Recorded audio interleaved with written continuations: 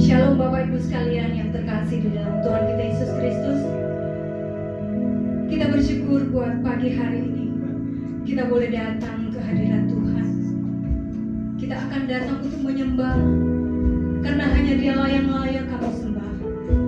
Kita percaya Tuhan akan hadir memenuhi setiap kita, setiap jemaat yang pada saat pagi hari ini beribadah yang dengan penuh kerinduan untuk menyembah Tuhan. Walaupun ibadah kita hanya online, namun kita percaya hadirat Tuhan, kuasa Tuhan akan hadir bersama-sama kita. Haleluya.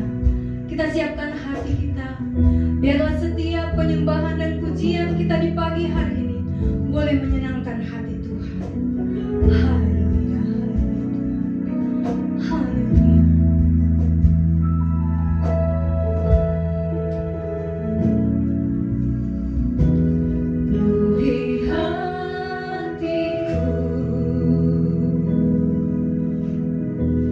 Dengan hadirmu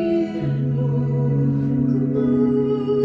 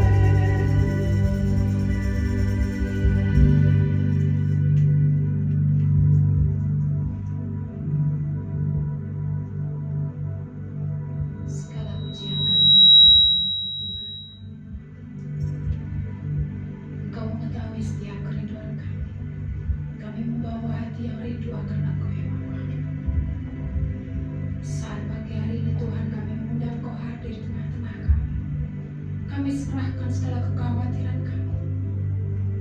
Kami serahkan segala ketakutan kami terhadap apa yang sudah terjadi ya Bapa. Kami yakin dan percaya semua karena Tuhan sudah mengizinkan. Dan kami yakin dan percaya Tuhan sudah menyediakan yang terbaik, bahkan amat baik buat kami. Kami yakin itu Tuhan. Kami yakin setiap janji-Mu ya Bapa. Saat ini Tuhan, kami bersatu hati ingin memuji dan besarkan nama-Mu Tuhan. Mari kita yang siap memuji dan besarkan nama Tuhan. Sama-sama kita katakan Amin. Ada sukacita Bapak Ibu sekalian. Kita akan sama-sama memuji Tuhan. Biarlah sukacita kita selalu, kita tetap bersukacita selalu walaupun kita hanya ibadah online. Tapi kita percaya tidak akan mengurangi sukacita untuk memuji Tuhan. Amin. Tuhan kita yang ajaib.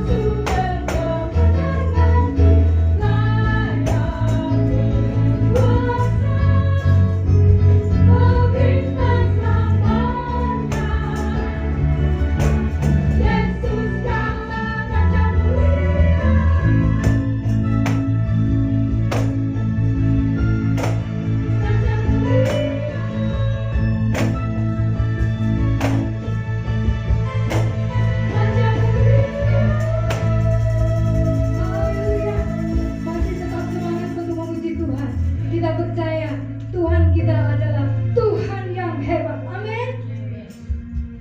Haleluya.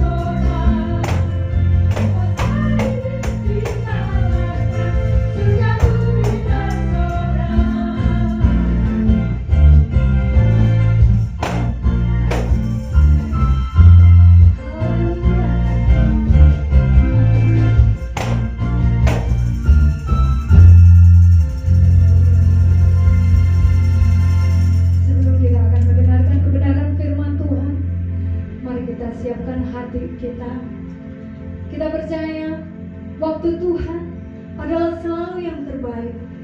Waktu Tuhan sangatlah tepat. Tuhan tidak pernah gagal. Tuhan tidak pernah terlambat untuk menolong kita. Tuhan tidak pernah lalai untuk menolong anak-anaknya. Haleluya. Haleluya.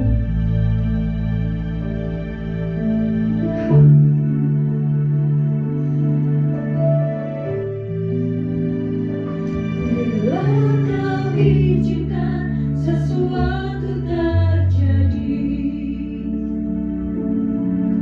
ku percaya semua untuk kebaikanku.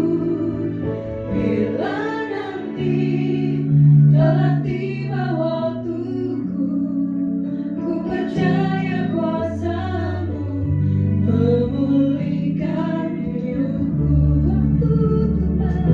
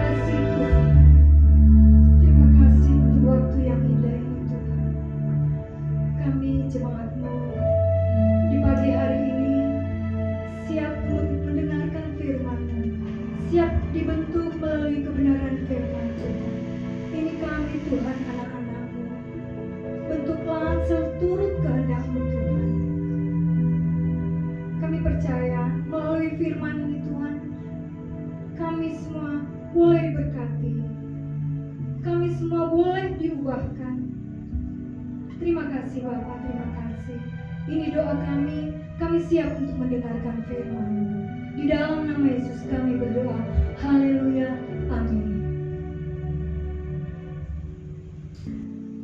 Puji Tuhan, pada pagi hari ini kita akan belajar firman Tuhan yang berbicara tentang kedaulatan Allah. Di dalam Alkitab ada kisah yang menarik tentang dua raja. Raja yang satu adalah raja yang sangat cinta Tuhan dan takut akan Tuhan, yaitu Raja Yosafat. Dia adalah Raja Yehuda. Sedangkan satunya lagi adalah Raja Ahab yang jahat dan tidak takut akan Allah. Nah, kedua raja ini dalam satu kali ada dalam satu situasi yang sama. Mereka bersekutu bersama-sama untuk berperang melawan musuh mereka, yaitu Raja Aram. Nah, kisah ini tertulis dalam 2 Tawarikh 18 ayat 28 sampai 33. Saya akan ceritakan kepada saudara. Nah, kalau yang menarik dalam kisah ini adalah ketika mereka dalam situasi peperangan yang sama, yang satu yaitu Raja Ahab yang jahat ditentukan untuk dihukum dan mati. Sedangkan raja yang satunya ditentukan untuk selamat. Nah, mereka berusaha melakukan sesuatu yang merekayasa seolah-olah Raja Yosafat adalah rajanya. Karena itulah kemudian Raja Ahab yang jahat, dia memakai pakaian biasa seperti prajurit biasa. Sedangkan Yosafat memakai pakaian kebesarannya. Dan ketika mereka masuk dalam situasi peperangan, dan akhirnya Raja Aram yang memerintahkan bahwa mereka harus mengejar hanya raja orang Israel, yaitu Raja Ahab. Dan ketika yang ditangkap adalah Raja Yosafat yang memakai baju kebesaran. Ternyata kemudian mereka mengatakan, ternyata ini bukan Raja Ahab, dan Raja Yosafat dilepaskan. Sedangkan Raja Ahab yang berusaha memanipulasi para prajurit, dan dia berusaha menyamar seperti prajurit biasa, seolah-olah dalam situasi itu pastilah dia tidak akan tertangkap. Tetapi tiba-tiba ada seorang prajurit dari musuh yang kemudian mengarahkan panahnya, dan pada waktu dia mengarahkan panahnya ke sembarang arah, panah itu tepat mengenai Raja Ahab yang jahat, dan akhirnya Raja Ahab terluka, kemudian membawa kepada kematian. Saudara, kisah dari dua raja yang ada di dalam kitab 2 Tawarikh ini menunjukkan bahwa ada kedaulatan Allah yang ada di antara orang-orang yang ada di dunia ini. Ada rencana Allah, ada kendali Allah yang mengatur kehidupan kita. Ada seseorang yang memang dikaruniai Allah untuk menerima kekuatan, keselamatan, keluputan dalam situasi yang sama, berkat, sementara yang satu mengalami situasi yang menghadapi hukuman. Saudara, sebenarnya apa yang dimaksud dengan kedaulatan Allah? Di dalam hal ini kalau kita perhatikan bahwa kedaulatan Allah itu berbicara tentang Allah yang memiliki kekuasaan yang tertinggi. Allah yang memiliki kedaulatan itu berbicara tentang Allah yang mengendalikan atau yang memegang kendali atas seluruh hidup dari bangsa-bangsa dan hidup seseorang. Di dalam Yesaya 46 ayat 9 sampai 11, kalau kita akan baca bersama-sama. Mari kita akan baca bersama-sama Yesaya pasal 46 ayat 9 sampai dengan 11. Saya akan membacakannya. Yesaya 46 ayat 9 sampai 11. Ingatlah hal-hal yang dahulu dari sejak purbakala, bahwasanya akulah Allah dan tidak ada yang lain. Akulah Allah dan tidak ada yang seperti aku, yang memberitahukan dari mulanya hal yang kemudian dan dari zaman purbakala apa yang belum terlaksana, yang berkata keputusanku akan sampai dan segala kehendakku akan kulaksanakan, yang memanggil burung buas dari timur dan orang yang melaksanakan putusanku dari negeri yang jauh. Aku telah mengatakannya, maka aku hendak melangsungkannya. Aku telah merencanakan merencanakannya, maka aku hendak melaksanakannya. Ayat-ayat ini berbicara bagaimana Allah memegang kendali atas hidup seseorang dan atas hidup dari bangsa-bangsa. Allah bisa mengatur segala sesuatu menurut rencananya. Apabila Allah merencanakan, maka hal itu akan dilaksanakannya. Itu yang menunjukkan bahwa Allah lah yang memegang kendali dan kedaulatan atas hidup kita. Ulangan 10 ayat 14 memberikan alasan mengapa Allah memiliki kekuasaan yang tertinggi dan memegang kendali atas seluruh umat manusia dan sejarah bangsa-bangsa. Dalam Ulangan 10 ayat 14 mengatakan, sesungguhnya Tuhan Allah mula yang empunya langit, bahkan langit yang mengatasi segala langit dan bumi dengan segala isinya. Apapun yang terjadi di dalam dunia ini, apapun tidak pernah keluar dari kendali Allah yang memegang kekuasaan tertinggi atau kedaulatan yang tertinggi di dalam hidup kita. Nah, Allah yang berdaulat atau memegang kendali atas hidup kita dan sejarah bangsa-bangsa, secara khusus Allah memiliki perlakuan yang berbeda kepada orang-orang yang ada di dunia ini. Allah berdaulat atas kehidupan masing-masing orang, tetapi kedaulatan Allah diterapkan secara berbeda kepada satu orang dengan orang yang lainnya. Kedaulatan Allah bagi orang benar adalah berkat, sedangkan sebaliknya kedaulatan Allah bagi orang fasik itu adalah petaka. Saudara, mengapa perlakuan Allah berbeda kepada orang benar dan orang fasik atau orang yang berdosa? Bagi Allah mempunyai waktu atau peduli memegang kendali kepada orang-orang yang hidupnya diserahkan kepada Tuhan. Tuhan tidak ambil pusing dengan orang-orang fasik atau orang-orang berdosa yang menginginkan kendali hidupnya dipegang sendiri. Allah peduli, Allah tahu kebutuhan, Allah merencanakan kebaikan untuk orang-orang benar, orang-orang yang mengalami kasih karunia Allah, orang-orang benar yang hidupnya diserahkan kepada Tuhan. Pertolongan Tuhan akan datang tepat pada waktunya, walaupun orang benar dan orang fasik mereka bersama-sama mengalami situasi yang sama atau mengalami malapetaka yang sama. Contohnya seperti Raja Ahab dan Raja Yosafat. Raja Ahab dan Raja Yosafat memiliki situasi yang sama. Mereka ada dalam situasi yang peperangan, masalah. Tetapi kenapa pada satu orang Tuhan menjatuhkan hukuman, tapi pada orang yang lain Tuhan memberikan pertolongan? Kita sekarang sedang menghadapi situasi yang sama. Semua menghadapi situasi yang sulit dengan peristiwa yang terjadi karena virus COVID-19 ini. Tetapi Tuhan memperlakukan kita secara berbeda. Mazmur 37 ayat 23 sampai 24 mengatakan, saya akan menyanyikan lagu ini. Jalan hidup orang benar diterangi oleh cahaya sinar Tuhan. Jalan hidup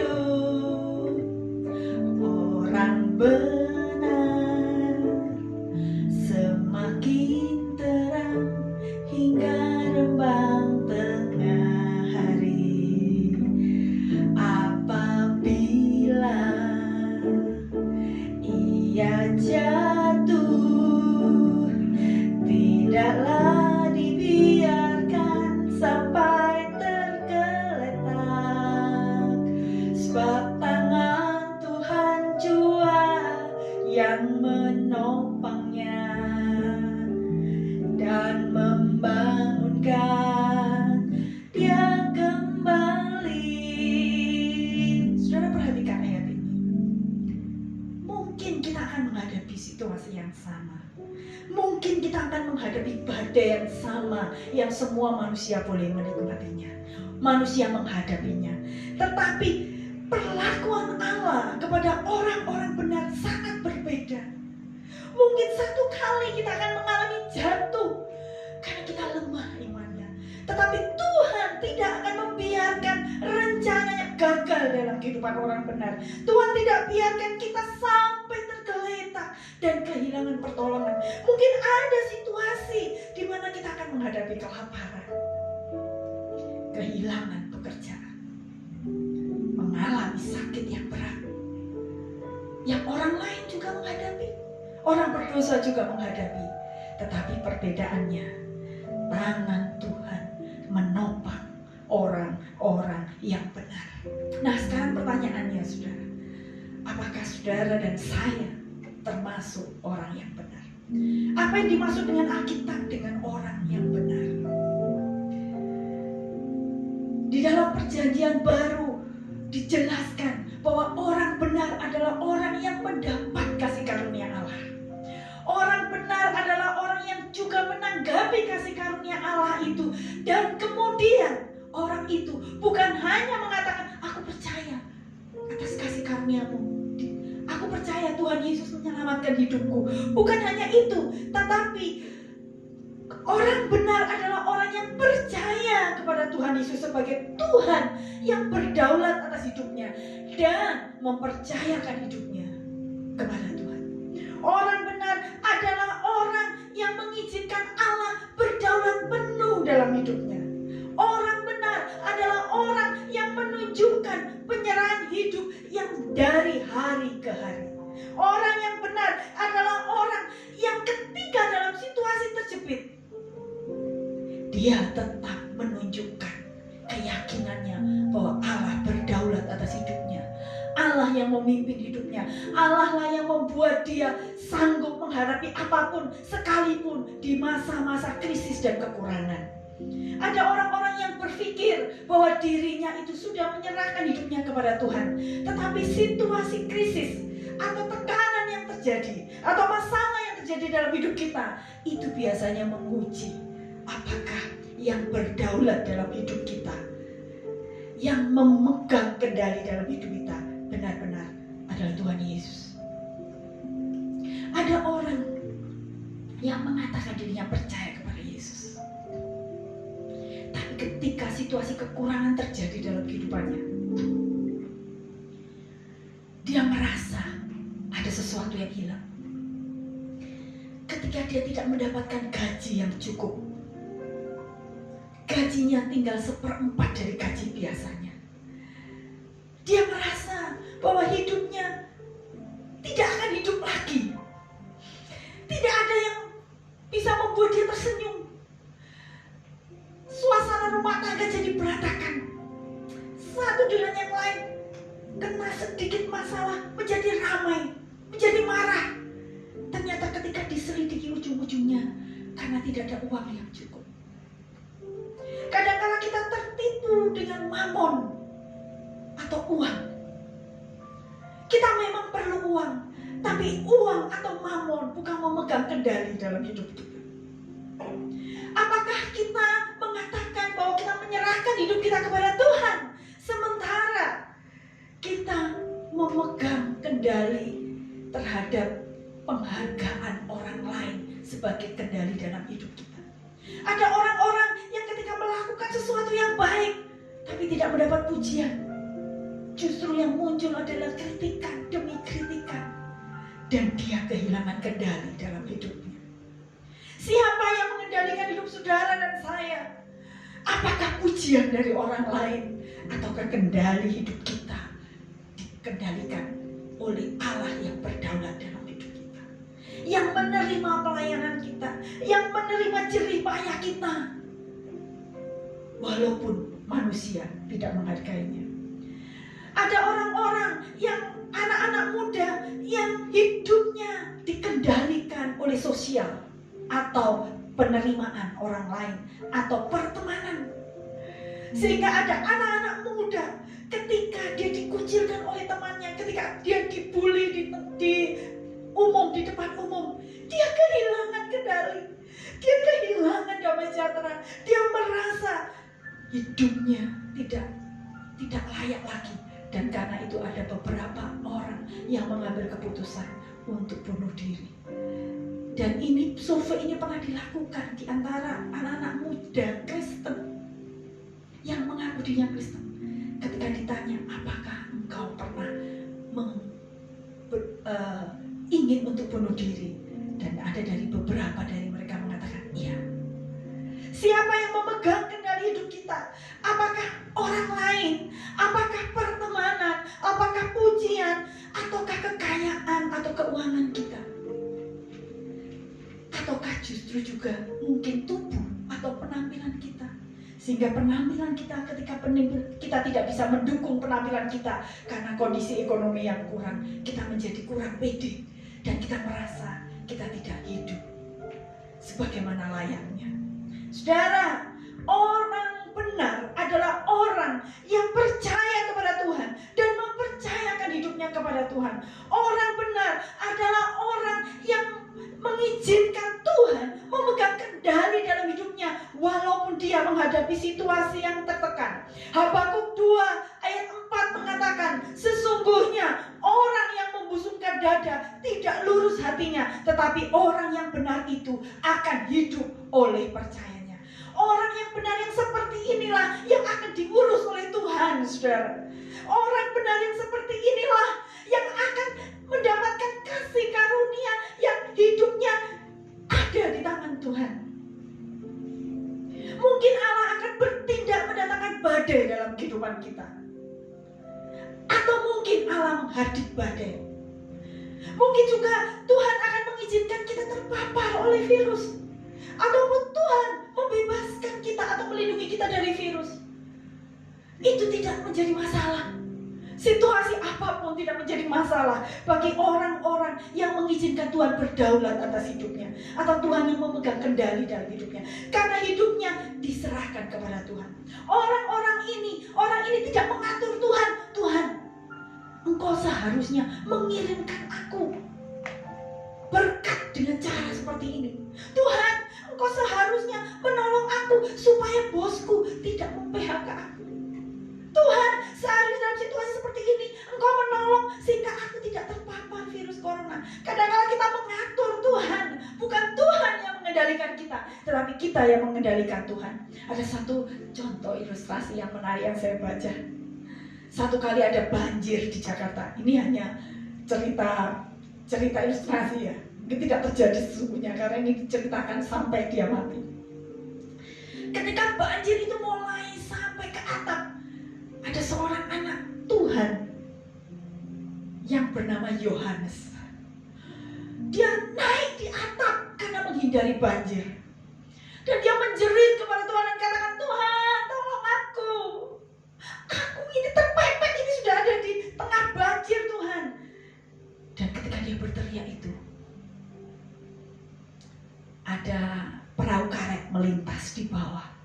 Dan orang yang ada di perahu karet kata, turun cepat, ayo kamu cepat turun ini ada perahu yang kan bisa menolong kamu, ayo kamu naik di perahu. Tapi si Yohanes ini mengatakan, tidak, aku tidak mau. Aku menunggu pertolongan dari Allah. Aku tidak mau ditolong oleh manusia, gak mau. 15 menit kemudian ada tim penyelamat yang lain yang membawa perahu motor. Ayo Pak, turun, ini cepat, ini karena banjir semakin naik, ayo cepat turun, kami akan menyelamatkanmu. Sekali lagi si Yohanes bersikuku dan katakan, tidak, aku gak mau turun, aku menunggu pertolongan dari Tuhan. Dan kemudian berapa menit kemudian ada helikopter, saudara, naik di atasnya karena sudah tinggi sekali, sudah mendekati atap di mana dia naik. Dan ketika helikopter itu ada di atas, helikopter ini menurunkan tangganya dan kemudian katakan, Pak, ayo ambil tangga itu, cepat naik, itu banjir sudah kena kakimu. Dan si Yohanes katakan, maaf, aku tetap menunggu pertolongan dari Tuhan. Dan akhirnya si Yohanes mati, saudara. Mati tenggelam.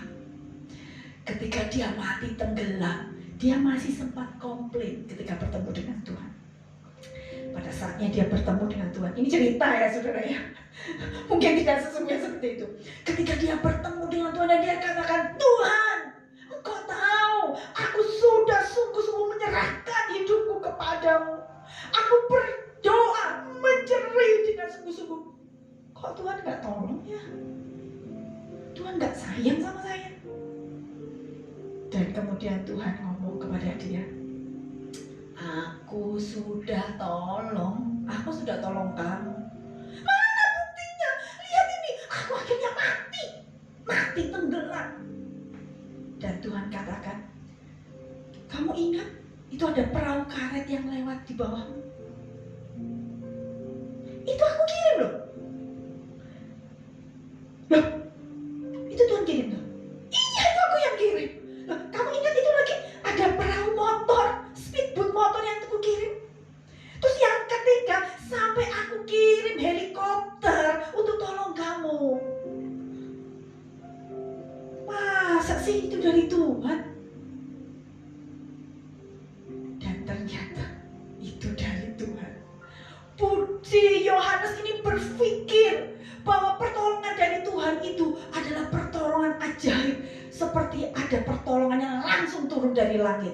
Padahal helikopter juga dari langit yang turun menolong dia, tetap juga ditolak dia. Saudara, orang Kristen kadangkala merasa dirinya lebih pintar dari Tuhannya. Dia menganggap dirinya berdaulat, mampu berpikir lebih cerdik dari Tuhan, sehingga ketika pertolongan Tuhan datang, dan dia melihat bahwa pertolongan itu tidak sesuai dengan yang dia pikirkan, dia menolak pertolongan Allah itu. Saudara, hari ini kita belajar, kalau kita menyerahkan hidup kita di dalam kendali Tuhan, izinkan Tuhan menolong dengan caranya sendiri. Ada orang yang sakit, yang Tuhan izinkan ditolong melalui dokter dan obat-obatan. Tapi ada orang sakit yang lainnya mengalami mujizat Tuhan dengan dahsyat tanpa pertolongan oleh dokter atau siapapun. Tuhan punya banyak cara. Yang kita perlu lakukan adalah kita tunggu di hadapan Tuhan, duduk diam dan dengarkan apakah ini pertolongan dari Tuhan untuk saya. Serahkan hidupmu dan izinkan Tuhan berdaulat atas hidupmu, maka engkau akan mengalami pertolongan Tuhan dengan cara Tuhan. Saya akan menutup satu cerita, satu kisah. Ada seorang misionaris yang sedang dalam perjalanan misi ke daerah Hindia Barat. Daerah Hindia Barat itu adalah daerah yang terdiri dari pulau-pulau. Dan dia menaiki kapal yang cukup besar bersama-sama dengan orang-orang lain. Ada pedagang, ada orang yang mau mengadu nasib di daerah Hindia Barat.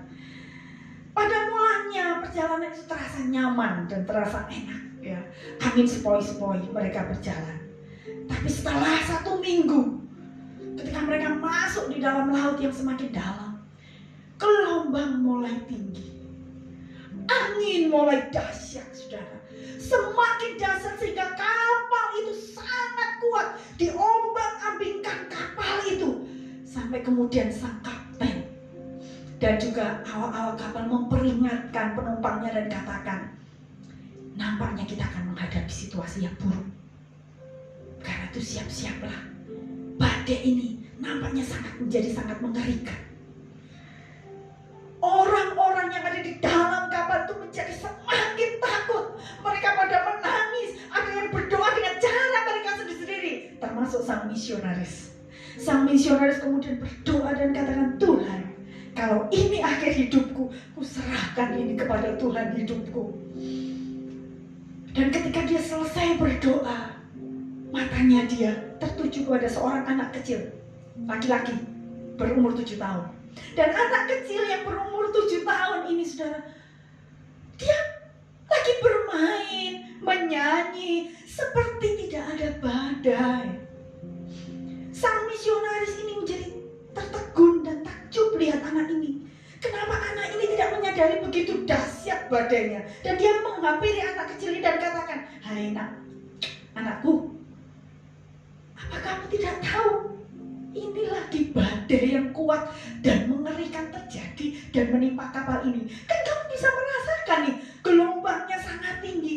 Kenapa kamu bisa dengan senangnya nyanyi-nyanyi, main seperti biasa? Kenapa? Dan kemudian anak ini menjawab dengan ceria. Dia mengatakan begini, "Mengapa aku harus takut, Pak? Tidak tahukah kamu, ayahku ini adalah kapten di kapal ini. Dia tahu bagaimana mengarahkan kapal ini baik dalam situasi badai yang dahsyat ataupun dalam situasi yang tenang. Dan asal Bapak tahu ya, Bapakku sang kapten sangat mengasihi aku. Dan dia tahu bahwa aku ada di kapal ini. Dia pasti tidak akan membiarkan aku mati. Dia pasti tidak akan membiarkan aku tenggelam. Dia akan berusaha menjaga kapal ini karena aku ada di dalamnya." Saudara, pernyataan ini membuat sang misionaris takjub dan kembali mengevaluasi kekhawatiran. Yesus adalah kapten kapal kita. Dan dia sangat mengasihi kita.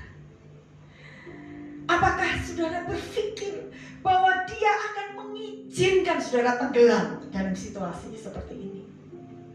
Ketika kita menghadapi situasi-situasi yang membuat kita kehilangan segala sesuatu, apakah Tuhan pasti akan membiarkan kita sampai terkapar dan tidak ada pertolongan?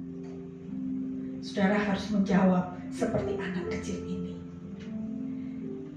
Dia adalah kapten kapal ini. Pasti dia tidak akan membiarkanku tenggelam.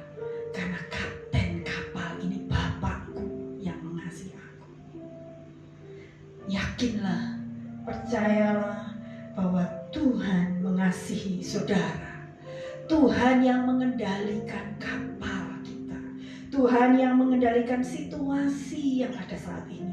Tuhan yang mengendalikan alam semesta dan sejarah bangsa-bangsa.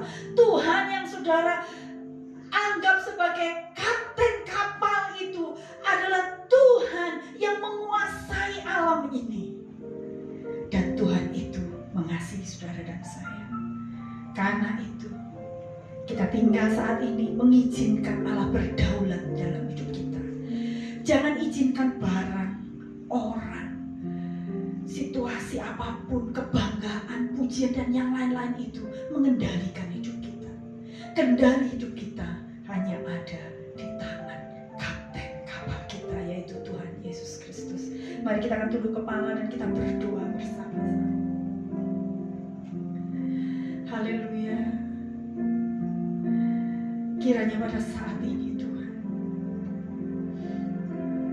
ketika kami menghadapi situasi yang sulit dalam hidup kami, situasi sulit apapun yang kami alami, kiranya ini menjadi satu kesempatan untuk menilai apakah yang mengendalikan hidup kami, siapakah yang mengendalikan hidup kami. Apakah selama ini kami benar-benar mengizinkan Engkau berdaulat, berkuasa dan mengendalikan hidup kami? Apakah kami benar-benar meyakini bahwa Engkau mengasihi kami dan tidak mungkin akan biarkan kami sampai jatuh tergeletak?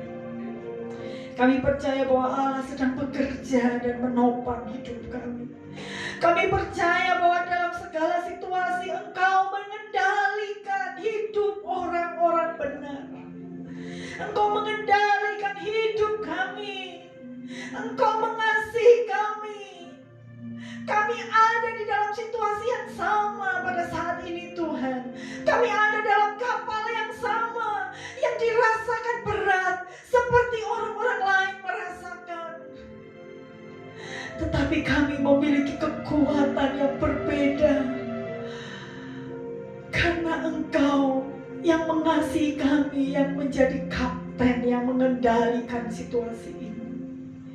Kiranya kami boleh menguatkan kepercayaan kami kembali. Kiranya kami mempercayakan nasib kami, takdir kami di tangan Allah yang mengasihi kami. Terima kasih Tuhan. Berbicaralah pada pagi hari ini kepada setiap hati yang ada di rumah, dimanapun kami berada. Biarlah kami memperbaharui komitmen kami dan memperbaharui kepercayaan kepada kami kepadamu. Terima kasih Tuhan. Kami rindu semakin hari, semakin mengenal Engkau. Kami rindu di dalam situasi apapun, kami semakin dekat dengan Tuhan dan mengenal Engkau semakin dalam tentang sifat-sifat. Mungkin yang selama ini kami hanya mendengarnya sebatas pikiran kami. Tapi izinkan situasi ini akan membawa kami kepada satu pengalaman bersama dengan Tuhan. Sehingga apa yang kami pelajari dari pikiran kami, dari teologi-teologi, dari khotbah-khotbah yang hanya kami dengar selama ini, dan hari ini dan seterusnya kami dapat mengalaminya. Dan kami melihat pertolongan dan keluputan daripada Tuhan datang dalam hidup kami. Kiranya firman-Mu berbicara secara pribadi kepada kami ya Tuhan. Di dalam nama Tuhan Yesus kami berdoa dan mengucap syukur. Haleluya. Amin.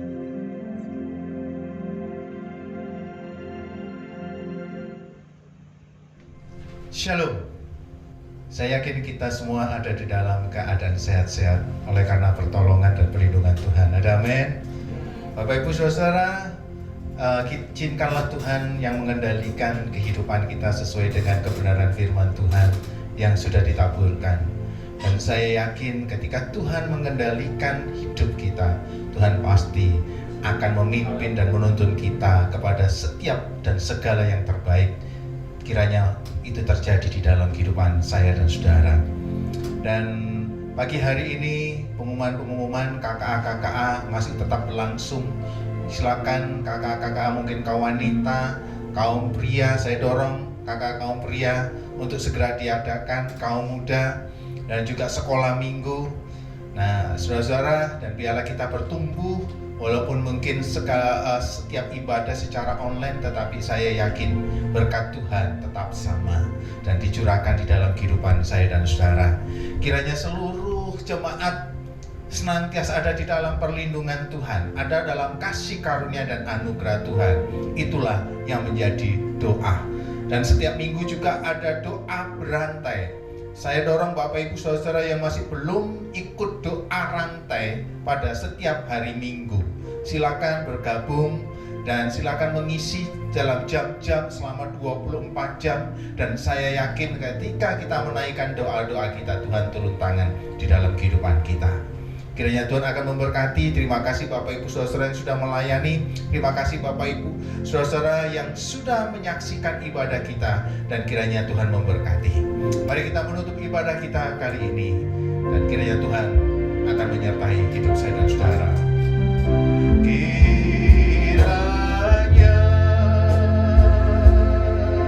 Engkau memberkati aku berlimpah-limpah. Dan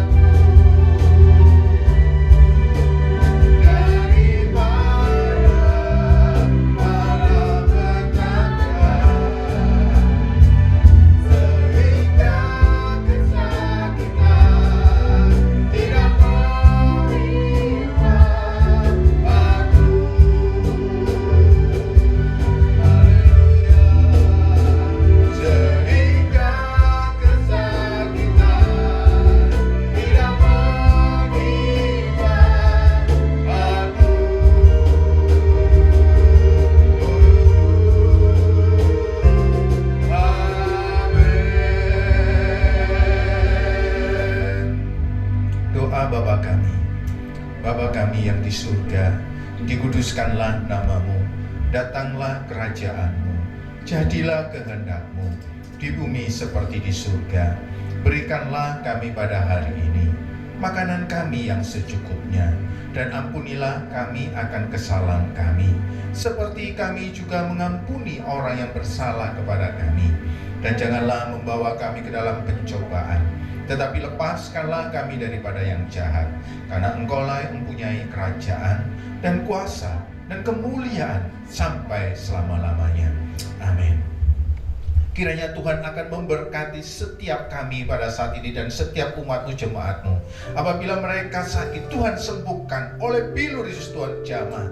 Apabila mereka pada saat ini ada dalam kekurangan, Allahku akan mencukupi segala keperluan mereka di dalam nama Kristus Yesus. Apabila Tuhan ada dalam pergumulan, mari Tuhan menjadi jawaban dan memberikan kemenangan. Dan apabila mereka pada saat ini Tuhan sedang merindukan pertolongan yang daripada-Mu, mari Tuhan akan menolong sesuai dengan kebutuhan-kebutuhan mereka. Biarlah Tuhan akan mendekatkan setiap kami untuk kami semakin mendekat kepada Tuhan. Kiranya Tuhan menjauhkan kami dari segala sakit penyakit, wabah virus COVID-19 juga ya Tuhan. Dan kiranya Tuhan Yesus yang melindungi kami semua.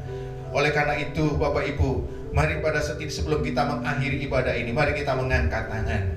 Bapak Ibu Saudara yang saya kasih di dalam nama Tuhan Yesus, kiranya berkat kasih setia Allah Bapa, damai sejahtera dari Tuhan kita Yesus Kristus, kekuatan serta penghiburan dari Roh Kudus akan menyertai engkau secara luar biasa sampai Tuhan Yesus datang kedua kalinya menjemput kita. Mari kita semua yang percaya mengatakan amin. Tuhan Yesus memberkati.